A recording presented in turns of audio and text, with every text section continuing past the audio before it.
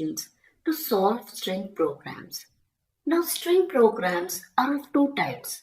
One which requires you to read the string character by character, or one which requires you to read the string word by word. Each of them are further divided into three categories. In character level, first is where you are asked to only print some characters of the string, like print the ASCII code of all characters, or print only the uppercase, lowercase, only digits, or print the string removing spaces, etc. Second type is where you have to find count, like count the uppercase characters, lowercase characters, digits, vowels, or any specific character in the sentence. Third type is where in the program you have to form a new string.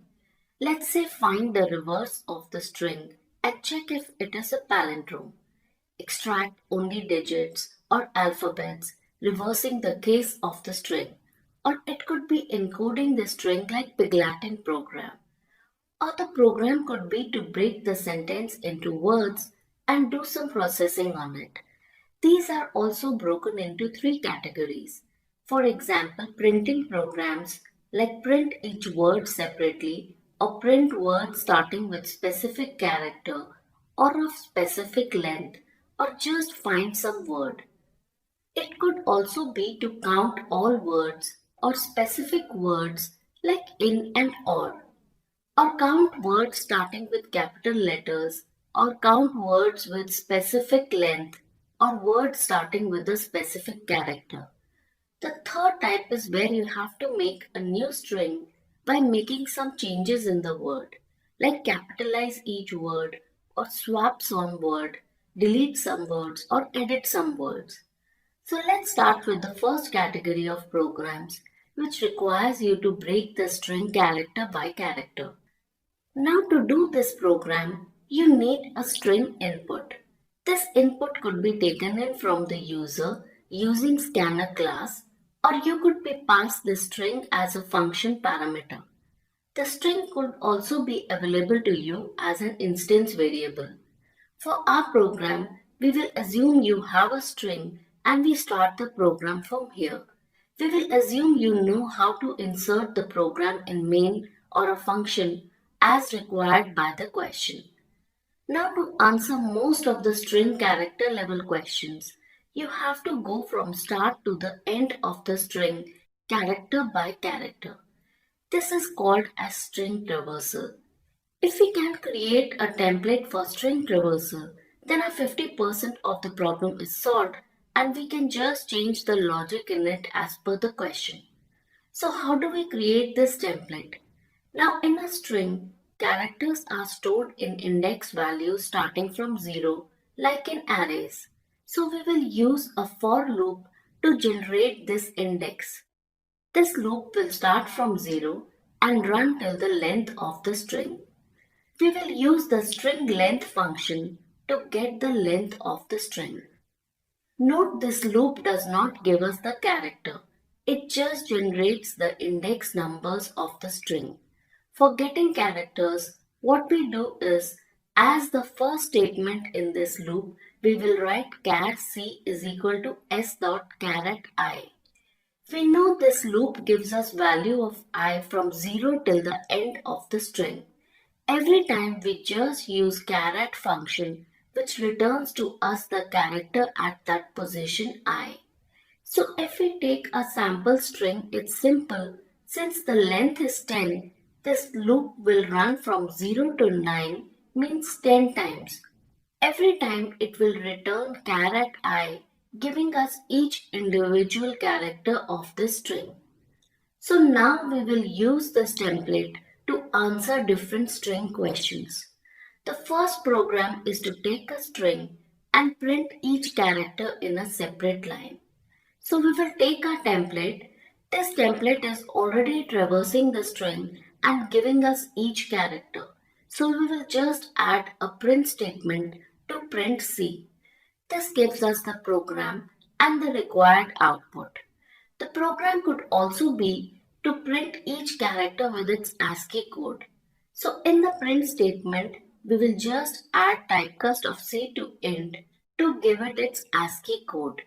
This gives us the program and the required output. Now, if the program was to take a string and print only uppercase characters, we will again take our template which goes through the string and gives us its characters one by one. This time we will put in a check condition. We will use character.isUppercase function and print only if this condition is true. This will print only uppercase characters of the string and give us the output. The same program can be changed to print only lowercase, digits, or any alphabets or digit by just changing the character class function. Now, instead of printing, what if the program was to count the uppercase characters? We will again take a template. Here we will first declare a variable to store count before the loop. Inside the loop, we will put in the same if condition to check for uppercase. If yes, we will just increment the count. Once we have checked the entire string, means we have completed the loop, we will print the count. This will print the count of uppercase letters. If the program was to count the lowercase letters too, then you will add another variable for lowercase, put another if condition inside the loop and check for lowercase. If yes, it will increment the count. Once outside the loop, you will print this count. This will give you the output of both separately. You can do the same thing with digits as well. Similarly, you can get a program to count a certain character, let's say R. So you will just change your if condition for it. You can also convert the character first to uppercase to avoid checking for both uppercase and lowercase. Or the program could be to count all vowels, so you will change your if condition for all vowels. This will give you the program for vowels. Now, what if the program is to create a new string from a given string? Let's say the program is to create a new string including only uppercase letters. We again take our template program. Now, whenever we have to create a new string, we first declare an empty string at the start of the program, or sometimes it is declared as an instance variable too. This time inside the loop, we just check if character is uppercase.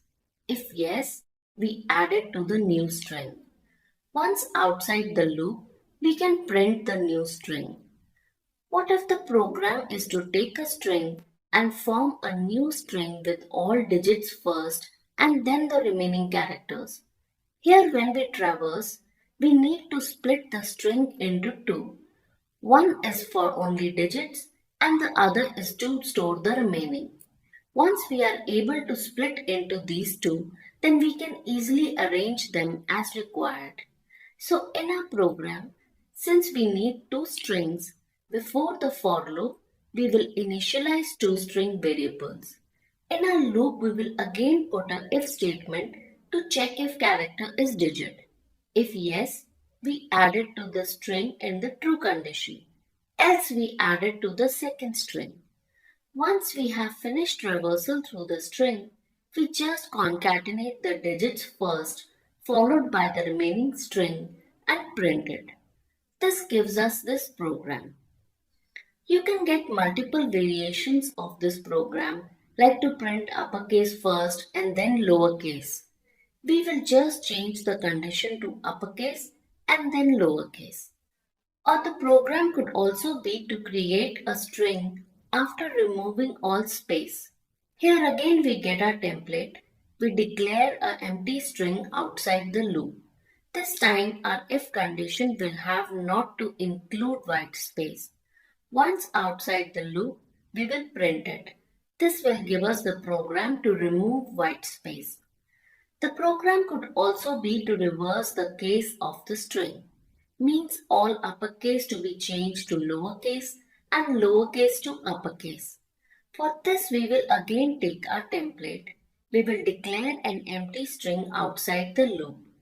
We will check if the character is uppercase. If yes, we will change it to lowercase and then add it to a new string. Else we will convert it to uppercase and then add it to a new string. This will change the case of the entire string and then we can print it. So this is our program to change the case. The program could also be to find the reverse of the string. Here too we will first take our template. We will declare an empty string outside the loop.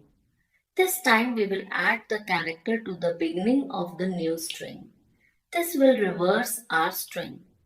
Once we are out of the loop, then you can print the string. The same program can also be used for palindrome.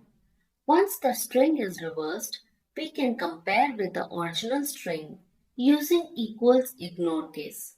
If both the strings are equal, then it is palindrome, otherwise it is not. Some of the string programs are string encoding or encryption programs like 광. 광 is a secret language where each word is encoded as per some rules.